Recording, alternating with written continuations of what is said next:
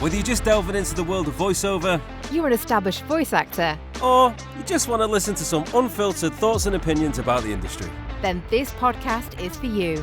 I'm Michael. And I'm Jen. And this is the Off Air Podcast. Ladies and gentlemen, welcome to another episode of the Off Air Voiceover Hooray! Podcast. It gives me enormous pleasure to say that we have two fantastic voiceovers, colleagues, friends, dare I say now. We've known each other for a long time. Annie and Anthony, thank you so much for coming on today. Pleasure. Thank you for Thanks asking for having us.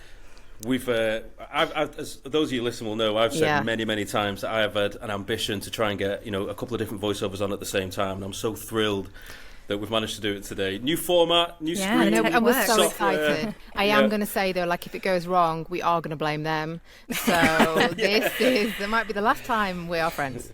I want full credit for your ratings dropping. And we'll give it you. That's right. Thank you. Yeah, that's good. Please divert all complaints this way. Yeah. I could do with some incoming email. Jesus. Just as well. So just to clarify. So yet again, changed environment. So I'm back in the UK, and where I'm staying, the cottage has no internet. There's no Wi-Fi. So I've been using 4G to power my laptop, hotspotting it. And it's absolutely obliterated my data plan. Shit. So then what I did was I went on BT Wi-Fi. I did those hotspot plans you can get, like a day pass or whatever, because it's countryside. So I wasn't expecting much. I bought a day pass, checked it, and the internet speed was like 9 megabytes. I was like, can't work. So thankfully, my aunt, she's only up the road. She's got high-speed internet. I was like, okay. So yeah, no studio, but Max, they have a great microphone thing. So this has got to be how I'm doing my episode today. So apologies, it's not studio quality, but hopefully it's salvageable. Let's just say that. Yeah, I'm sure it'll be fine. Yeah. Oh, it's really exciting. So on this episode, I'm a bit nervous about this episode because it was something that I thought about doing, and I feel a bit vulnerable talking about it, and also like I might come across like a massive knob, which is a concern. I'm sure you So the Vox Awards came out this week, and I was massively honoured to be nominated for Female Voiceover Performance of the Year, which is fucking amazing, and I'm thrilled. But I also feel a bit numb and a bit in shock and disbelief, all those things. And I've talked a bit about this with Mikey before, and I've talked about loads of videos and how so often we have these feelings. And I know people say like, oh, you're being modest, but I know I'm not going to win, and that's okay. I'm just really grateful to be nominated. But I know that if by some miracle I did win, I would absolutely feel like I don't deserve it. And I'd be stood there being like, oh, I shouldn't be here. And like when I was skimming through the list of names and I saw my name on that, I was like, what? What is happening? But I know that I'm not alone in this feeling. And I wanted to talk about it with you guys to talk about it. And maybe you don't share those feelings, but I suspect that you might share those feelings. Because you think we're shit as well. And I was worried it was going to be too serious this episode. I knew the right guy to get on. Joe, it's funny you said that, because me and Anthony joke sometimes. Well, like we're in the same category. I'm like, oh, forget it, not a chance. Yeah. I think that's human, though, isn't it? I think getting that high when you find out you're nominated, and then all the imposter syndrome creeping in, is just such a normal thing. And I think you're kind of just not going to overthink it and feel bad if you feel a bit numb, or, like you say, a bit worried about, what if you do win? How will you feel? What would you say? All that kind of stuff. I think overthinking is the killer of probably feeling good. But like, yeah, I mean, well, that's very true. But Mikey and I were saying it's amazing how many voiceover artists announce their nomination by saying they're in disbelief or whatever. And obviously there could be the side where no one's going to say, oh yeah, I completely expected this. You have to listen. Let's call it for what it. You have to play the humble game. You're not going to go, and so fucking right. Damn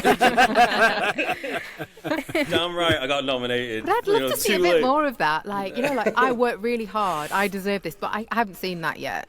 Are you disappointed with how you feel, like the come down from getting the nomination? Is that what's irritating I you? think I'm still in shock, maybe. It just doesn't feel real. And there's so many amazing people on that list, and you don't feel worthy. It's just this, I don't know, like, I hoped, this was an aspiration of mine, 100%, and I wanted to work towards it. I'm just surprised. I'm just genuinely surprised that it's happened and so soon. And it's a bit like, what? I don't know. Maybe it's just shock. I don't know.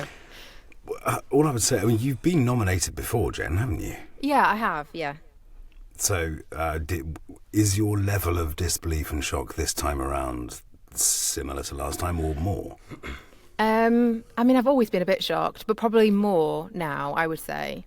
So at the One Voice Awards this year, I put myself forward and wasn't nominated for anything. And again, wasn't expecting to be, but still was disappointed. Of course. And I think that Mikey and I were saying as well that you can't help it, but after the awards nominations come out, social media is just rife with all the... So if you haven't been nominated, then it's a toxic place to be, isn't it? Yeah. You need 48 hours away from social media. At least. Because your timeline is full of it, Yeah, I'd give it a good half a week, yeah. Yeah.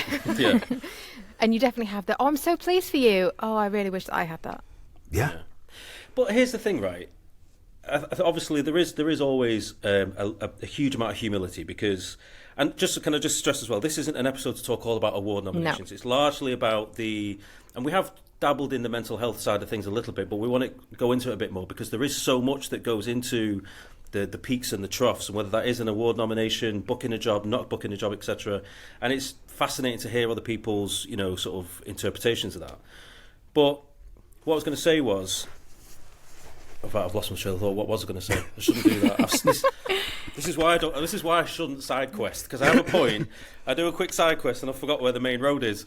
So were you going to talk like more generally, like in voiceover? Just how you feel we have to be about your like have that self-belief, don't we, to pick ourselves up? Yeah. I think what I was going to say was like we work towards bettering ourselves, and we try to, if we've got a passion for doing this job, we try and improve ourselves. So if we do get a nomination, I sometimes think, where does that self-sabotage come from? Because we strive to be better. We strive to do a great piece of work. So when somebody goes, we actually really liked it, it's like, really? Yeah. It's a weird phenomenon. Yeah. Like, something like if you're I don't know, a track runner and you're trying to get your best time, and then you get it and someone goes, oh, well done, you go, really? It's like, it's there in black and white. Your hard work is but I don't know if they would do that. Time. I mean, the whole stereotype about actors is like, we're a needy load of fuckers, and that we always need that external validation. But there's no other industry that seems to have that reputation. That's that we crave that. It might be true in other areas like artists. Oh, true. Yeah, I think a lot creative. But I think generally creative is right. But music as well.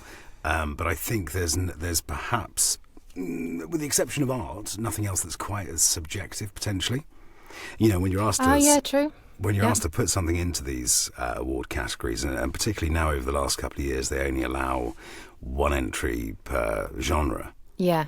So you couldn't go, well, I've done 3 blinding commercials, I'm going to enter all 3 of them. Yeah, you've got to choose them, haven't you? I do think that's a good idea, actually. I think that works. It's a good idea, but you do sit there going, well, how the fuck am I supposed to tell?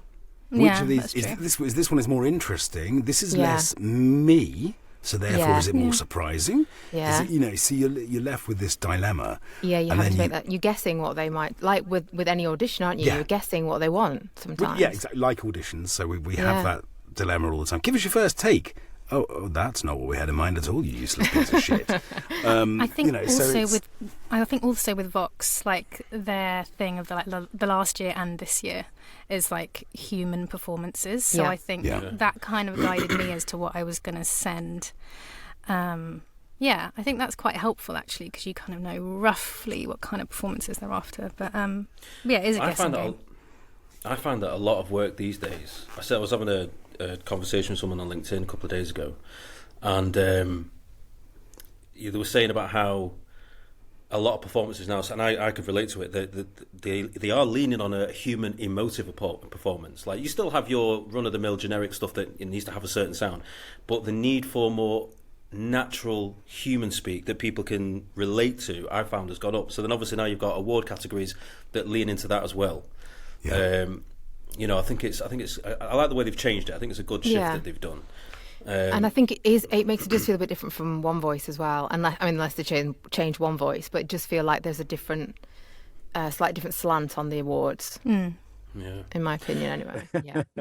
So we obviously we talk now that we've moved over here. So just to we've had to move over just sort of a clarification. We've had to move over to Zoom because there's a couple of connection issues. So we're going again from here. So one thing I didn't say at the very beginning to the both of you, how has your summer been? How's the last few weeks been like? How are you? We are bad at this. We're bad hosts. Have a drink, settle in. How have you been?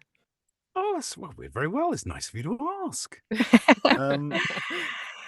Yeah, right. You want to go first and say how your summer's been? Yeah, absolutely. It was glorious. It was like perfection. It was like swimming in money. No, it was wank. As in the summer itself didn't start till July. So I spent So I spent June and early July just angry. Because it was still fucking winter. And then sort of incoming work fell off the cliff a bit. So yeah, same here. Yeah. So a couple of months of sitting there going, maybe it's not just me. Maybe hopefully. Oh my God, what am I going to do? Yeah. Yeah. You know, it's a weird phenomenon because I went through exactly the same thing. And although it doesn't fix or change anything, there is a tremendous relief when you see other people say they're experiencing the quiet patch as well. It's like, yes, okay, I've not done something wrong. I've not alienated all my clients. It's just a seasonal thing that comes and goes all the time. But yeah, I felt a bit of solace from finding out that I wasn't the only one for sure. Can I ask then, as someone who's not as experienced as you guys, is it like this every summer, or was it this summer particularly bad? I had a similar summer last year, so I was preparing myself for it. I had a really good June, and I was like, wow, if it carries on like this, it's going to be amazing. What if summer's like that this year? And I was like, hang on a minute, last year it was really rubbish around this time, and it was again. So, yeah. I didn't notice quite the same shift, but I think that perhaps it was masked because I had a couple of quite well paid gigs. Okay. And that kind of early summer thing. Yeah, it just takes a couple, doesn't it? So you're not having to think about in the same way as, I track what's coming in. I look at it in that, I've been freelance. Same amount of time as you, Mike. I've been freelance since 2008. Oh, wow. Yeah, that's a long time. Yeah. So, I'm used to instability, fear, and self-loathing. I'm only just getting used to it. Oh, it's a lovely place to be. Welcome. Yeah, it's a lovely place to be. Yeah. So I think it masked it. But I also don't think, because I've only been full-time voicing for 2.5 years. I sort of did it concurrently with copywriting before. So again, I didn't have a true an idea of what that. Yeah, same. I think for me, I remember last summer being quiet, but this back to back 2 months, June and July specifically, was like significantly quieter.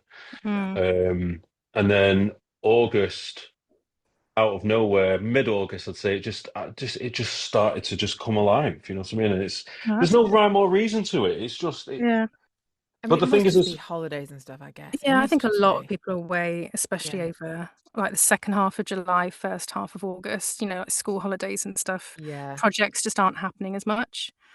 But then this absolutely is what I was saying before. Is like, how do people stay motivated? And I think it's fantastic that people seem to be talking about it more. But like, how do you not? Does the self-doubt and whatever creep in like immediately, or do you like think, oh, it's a bit quiet? It never leaves, Jen. It's always there. Yeah. It's a constant. Like for me personally, when it comes to self-doubt, okay, I consider myself I am a confident person. I'm just hypercritical.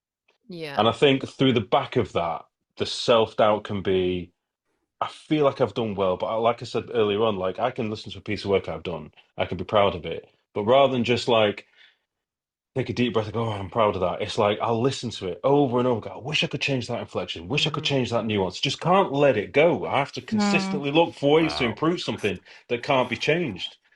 So the self-doubt comes from then when I go into my next project, I'm trying to stop that from happening. I want to try and get it right as perfect as possible first time round. If I'm not happy with it, then there can be a conversation made of like, I don't think am I good enough or anything like that, but I'll look at other people, I'll listen to other people's work, and I think, God, that's good. And I think, how far off it am I actually? You know what I mean? You're not. No, no, no, no. That's because and I can only say this. I would probably suffer the same thoughts as you, but you can say it objectively from the outside, can't you? That what you've heard, you might think is perfection, and the client probably thought was perfection, and perhaps it is perfection. But were you the one who'd recorded it?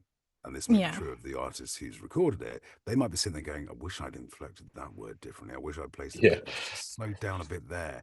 Is that a bit Absolutely. Was it patterned? Was it? Well, to be fair, they directed me. The feedback was there's so many variables. So you take one script that you thought, I could have done that differently. You've overanalyzed it to death, and then you try and think about that in the next session on a completely different client, different style. Blah. You can't. It doesn't work that way. Everything is so individual. And I think you'll always be your harshest critic. That's what they say, and I think it's so true. Yeah. And I find that in live sessions, because I'm more in the flow, and you're just hearing what the client wants, and when they're happy, you stop. Yeah. I find that so much more freeing, actually. Yeah, because you're feeling it, aren't you? You're not you're listening back, and you just you're in the moment, and you're feeling it, and you go with how that emotion takes you. Love it. And if it's just me recording, I will record so many more takes. And I try not to now because it's a waste of time. But I will self-edit. It's just, it's very different. I did IVR this morning, and I must have done it about 17 times. I'm like, no one gives a shit. No one gives a shit. I just couldn't quite get it how I wanted it. And they're just doing the shopping. Fucking move on. You don't have time for this. But it's just... you want to get gets you, doesn't it? Yeah, you want to do the best you can do. Yeah. But I think you've got to balance that with the ones I always, the one of the ones I say struggle with, but I always can never settle on. It's like those probably more commercial-esque ones where it opens with a question like, "Are you a homeowner? Are you a homeowner? Are you a homeowner?" But that's because it's really unnatural, I think. I think there's not many times that you. Well, that's the thing, but they'll say it needs to be just natural and conversational. But natural conversation, like, "Are you a homeowner?" Like, "Are you a homeowner? Are you a homeowner?" There's nothing natural about it. It loses all sense of meaning, doesn't it, when you say it over and over again? Yeah, it does. It just becomes a noise. Like that. Yeah, taglines when you're trying to get this tiny bit just right. Oh, yeah, nightmare. And I think that's the thing. I'll do something like that over and over and over and over again to the point where it does become a noise, and I'm sending it off. I'm like, send. I think they're going to listen to it like, who have we booked?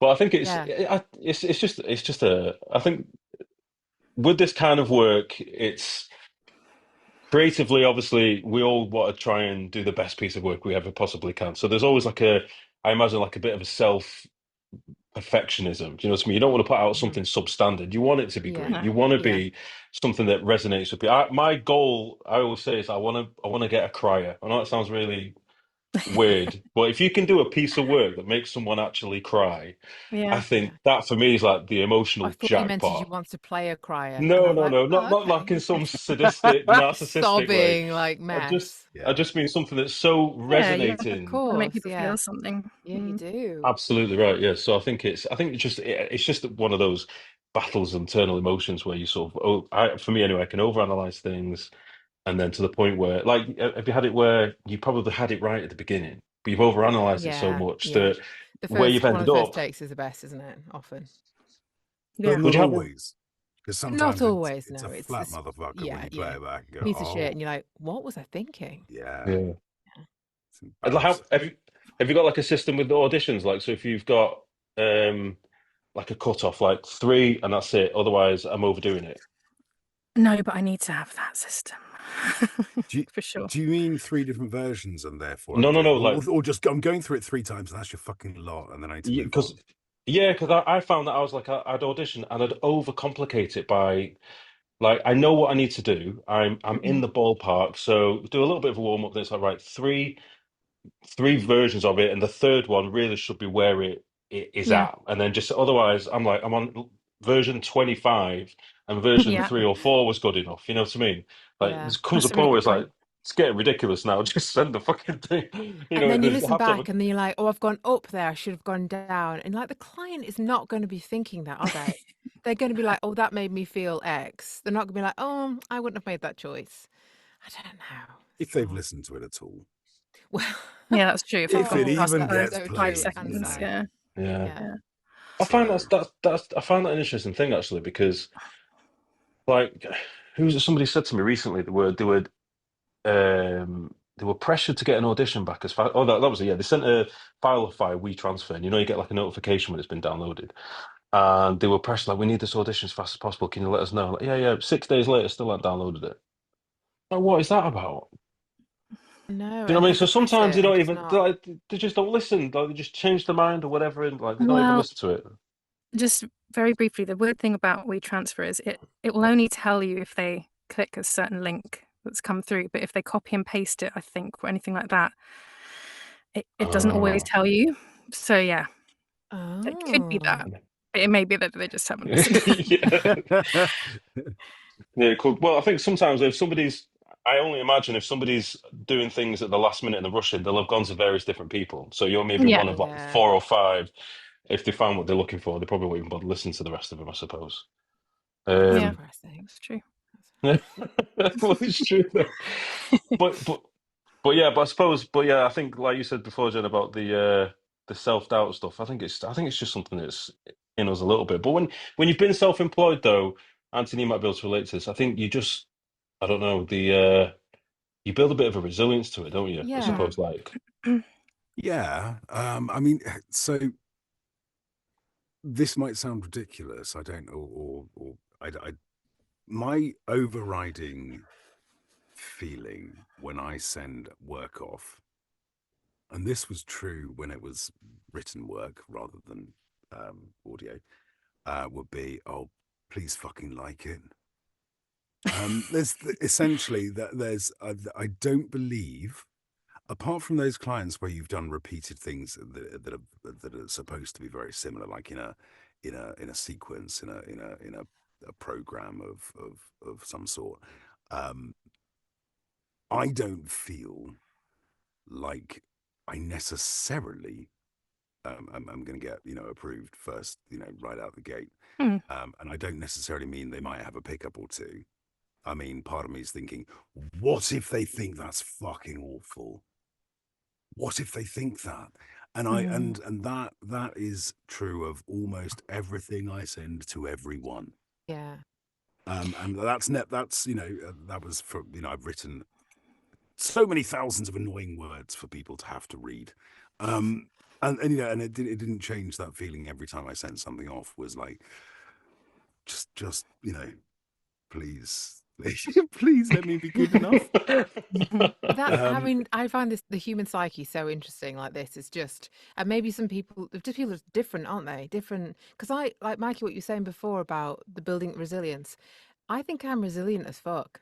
Like I've been acting on and off for a long time, and you're constantly dealing with knockbacks and picking yourself up and carrying on.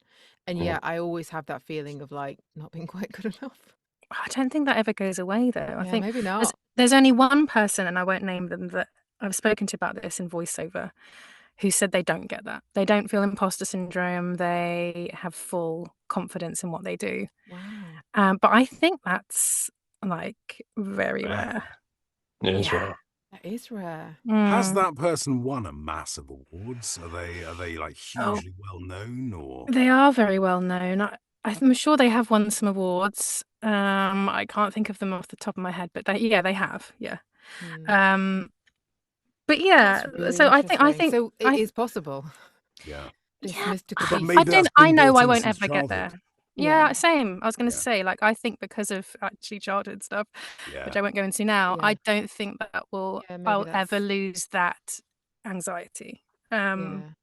And I've worked on it a lot. Like you were asking, Jen, just like when we were messaging, like about, do you get therapy and stuff like that? Well, actually, I have had therapy, and not specifically about this, but other things in life that I think has helped me have more confidence or resilience and that kind of thing. So, yeah, I think that's worth looking at if it's something that's really getting in the way of someone, because it was for me. Yeah, I think That's amazing. therapy. Well done I for think getting it. I like the fact in this day and age now things like that are spoken about so much more Yeah. openly Yeah. and confidently, because it's it's talking is one of the best things you can do just to get it off your chest. When you hold on to all these thoughts, and this is part of the reasons why we had decided to start this podcast in the first place, because we're very sort of, I don't really hide much. I'm very open and honest about stuff. So, Yeah, and I yeah. think it's quite good just to, because I'm a human being. I have good days, I have bad days, and so does everybody else. There's no shame in admitting that. That's the makeup of who we are. Like Yeah. there's nobody out there that's walking around totally and utterly perfect. You know what I mean? So I don't know why there's a fear about admitting that, Some would think they are. I know, I was laughing at well, that. I was yeah, thinking, well, yeah. like, yeah. But I think, and it's like Anthony said before, like, yeah, I had a shit summer. That's okay to say that. We don't need to live in Mm. this make-believe world where it's like, Yeah. I'm busy every single day. It's like, no, some weeks are terrible. Well, that's Yeah. just the ups and downs of it. Like, there's no shame in so I'm all for it. I think things like therapy are great. I think they're really great especially if it's, yeah, Yeah. if it can help you overcome sort of like different hurdles of any kind. Yeah, But absolutely. I think as Your well, own. sorry, go on. I was only going to say that you've already got to have a positive mindset in some ways, Annie, in order to take that step and be open Yeah, to it. so true. Because so much of therapy is about you readdressing the way you think and feel about Yeah. things. And if I you've think got a cynical mind, that's harder to yeah. do.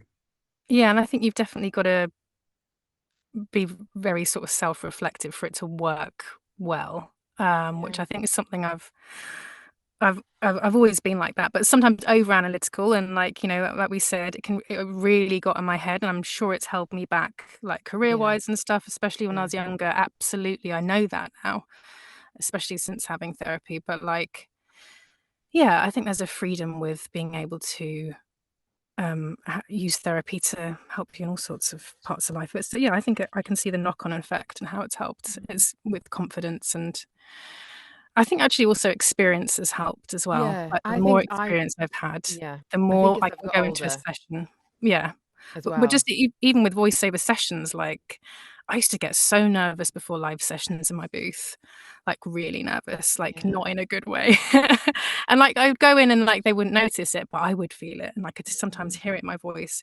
But just with the more and more sessions I've done over the years, like that's just gone, and it's nice. But I needed to work through that, I think.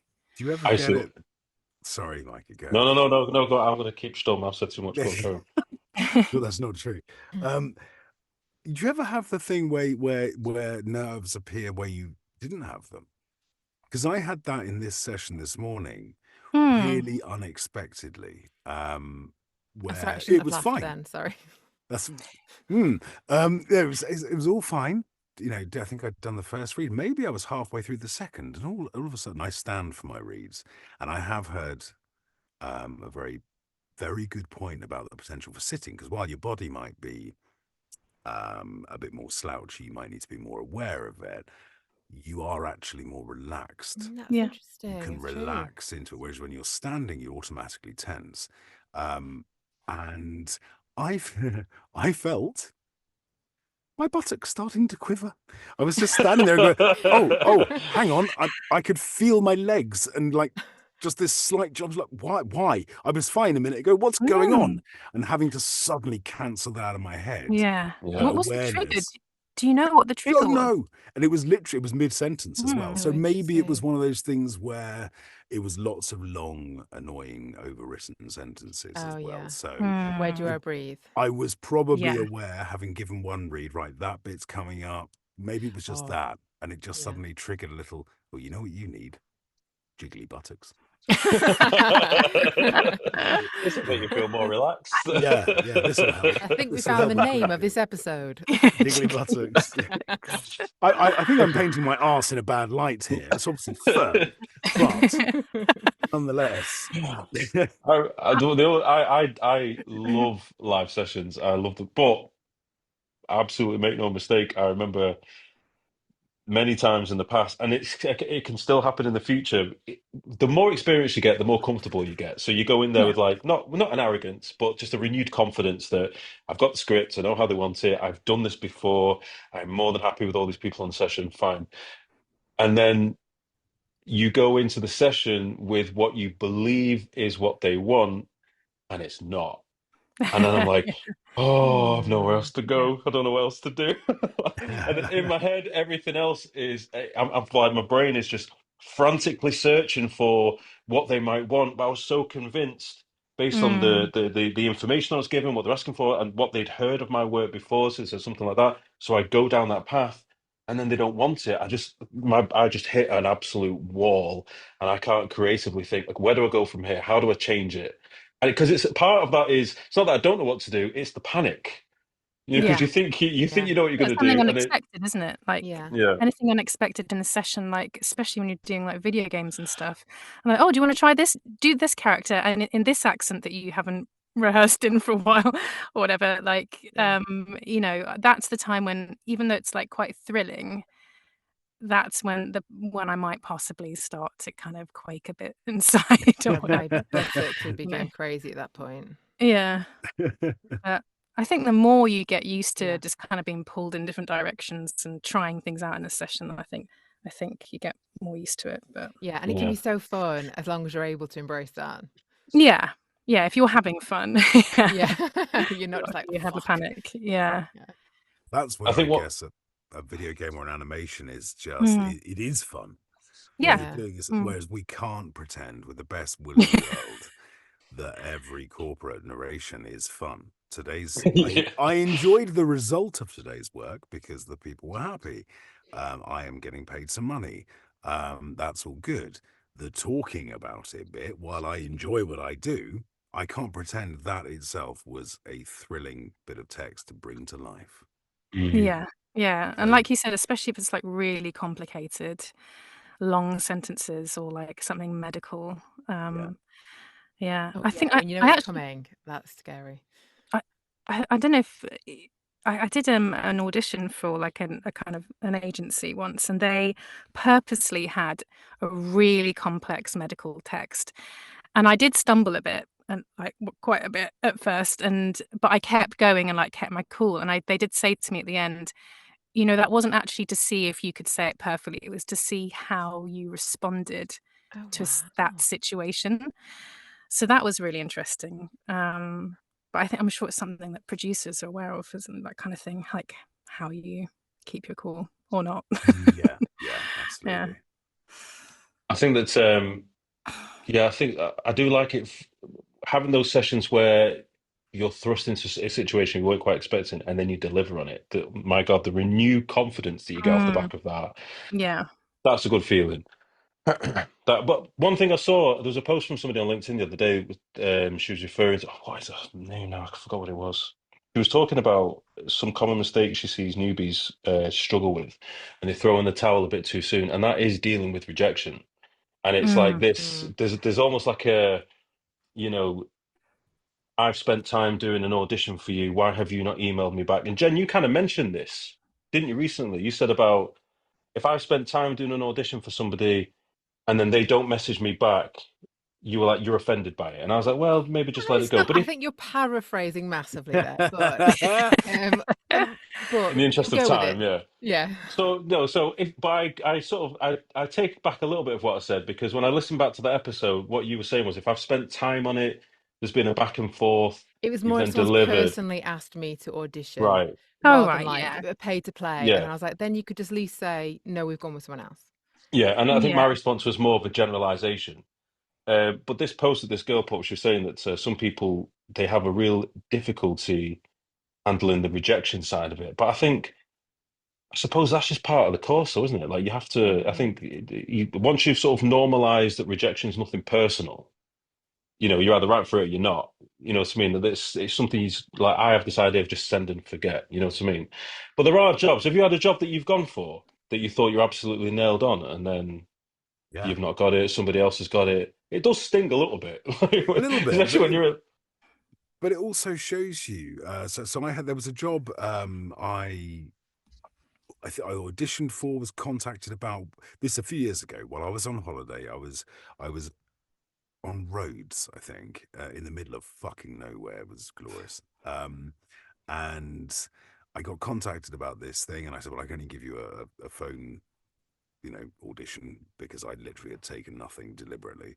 And they said, that's great. End client loved it, all booked in. And this was for a TV campaign. So we're always pleased about that for obvious reasons. Yes, I will audition. Yeah. And then it was put on hold. And then nothing happened. And then I think literally 6-7 months later, whoa, I heard it on TV. Oh. Not me, but with... And they'd gone in a totally different, it was still male, but a totally different voice. But also to the degree that you're like, what the fuck? You like, so I don't say that, I didn't say that personally. I was annoyed, obviously, because I was like, money, fame, fortune. No, not that, but but it was just the money. But it was genuinely, it was one of those voices, and you do hear them occasionally, and they want real next door voice, but what they've found is actually real next door voice that doesn't cut through anything. The delivery was like it made like that throwaway feel too enthusiastic. It was right. Maybe it was one of the production crew last minute. Maybe I can't afford this guy. Let's. Yeah, I am very expensive. Well, there is a rise in that user-generated content. They are, especially with social media. Yeah, they are using a lot more now. They're not professional VOs or anything like that. It is just a person in a whatever it needs to be. We're asked to do that. So I've had things for like TikTok and stuff where they've said like, we want you to sound like an influencer, or like just a person talking on TikTok, and you're like, okay, do my research on TikTok. But I think we're hearing that a lot more. I'm very comfortable. My favorite style of work is doing something that really is like trying to be human and emotive, etc. But if somebody came to me and said we wanted to just be like, like you said, like an influencer who's got no voice experience, I don't think I could fully switch off the voiceover brain. There's going to be an element of a performance in there. It's definitely a challenge. Yeah. Because they also don't just want that. It's a really difficult balance, and you have to listen to it a lot to kind of get it. Yeah, because if I... Sorry, go on, Anna. I was just going to say, I get asked to do like testimonial stuff, where it's like clearly done by a voiceover, but they want it to sound like 90% real, but obviously 10% you are performing, and they can actually hear it, and you're not mumbling off mic and all that stuff. So it is hard to get the right balance. But I love doing that stuff. That is some of my favorite. I like the challenge very of that, natural. Though. Yeah, I really love it. No one's ever asked me. No one believes that I've ever bought anything. I'm not real. I'm not. Yeah, basically, I'm not the a real myth, person. the man. Well, maybe not man or myth, but or legend. Or legend. None of it. Basically, the unheard of. I don't get that. I don't get that at request, but maybe that's my own fault for not being in the right places to get the request. Let's call it that. Okay, sure. I think it's just one of those things. I'm conscious that we are going to have to wrap up. Sorry. Yeah. No, and we also have gone massively off me, which was the topic of this. No, I'm joking. It's been really fun talking to you guys. I think that's what we've done. We've just kind of we've just naturally let it take its own evolution into the conversations. Before we finish, though, we do need to do our brand new segment. We do. Oh, of course. Yeah. Jeez, and I'm going to introduce it now because Michael's made me voiceover of the week. Hey. Yeah. Okay. I'm going to start getting that work now. The work in progress. So, if you guys aren't aware, if every week Michael and I take it in turns to choose a piece of work that has been shared from people from our profile, and we go through it and see, and then we choose something that has resonated with us, and we share it to try and give them an extra bit of a boost. Nice. And just bring people together. So I'm going to share it with you guys now. This is going to be so clunky. Just bear with me while I try and share my screen. Of the podcast. This is done by Gabriella Ashcroft. Well done, Gabs. It's an amazing piece. At Macmillan, we know the visible effects of cancer treatment can have a real impact on your confidence. So our number 7 Boots Macmillan Beauty Advisors are here to help you face the world again. We do whatever it takes for people living with cancer. Find out how you can support us on our website. Nice. Well done, Gabs. Yeah, it's really nice. I Nice think what I one like piece. about it as well, I mean, it's just a lovely piece, but it's not overly schmaltzy and not too much I don't know, sympathy involved in that. I just thought it was a really nicely pitched. It's got a well decent. done, Gabs. Yeah, you're right. Actually, it's got quite a good balance to it. The warmth is there, but it's still it's not a sob story type thing. There's a realness to it. Yeah, there's a realness to it. Yeah, well done. This has been so much fun. Let's do it again sometime. Thanks for having us. It's a bit slightly chaotic. Oh my god! I mean, we're normally chaotic, but this is like next level chaos. Yeah. I'm very sorry about my. No, don't be silly. No, you were worth it, Anne. You were worth getting you on. That is good acting.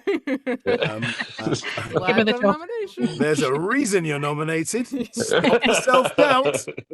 That is the voiceover performance of the year. Yeah. Thank you very much. I'll be accepting that. But we've like I said at the beginning, it's trying to have a few of us on at the same time and just inevitably go in different directions. It was just fun just to let the conversation just take its own form. There's just not enough time in the day. I think we could keep going and going and going. There's so many other areas that I want to sort of touch on, that to sort of get your thoughts and opinions on, but maybe hopefully we'll get that another time. So Anthony, you think you might be going to Vox? Annie, you're not sure still, or you're on the fence? I'm on the fence. Lots of factors. I've kind of got to decide tonight, really, to get the discount thing. So, if anybody's listening to this and is going, let us know, because we'd love to say hello to you in person. Yeah, because a lot of people. I had a few people come up to me at One Voice who enjoy the pod, so I can't name you all, but you know who you are. So thank you very much for that. It was really appreciated. Really I'm glad you enjoyed it. And we'll see you next week. All right, well that's it, folks. Thanks very much for your time. I sincerely appreciate it, and I guess we'll see you next week. Thanks for inviting us. See you later, guys.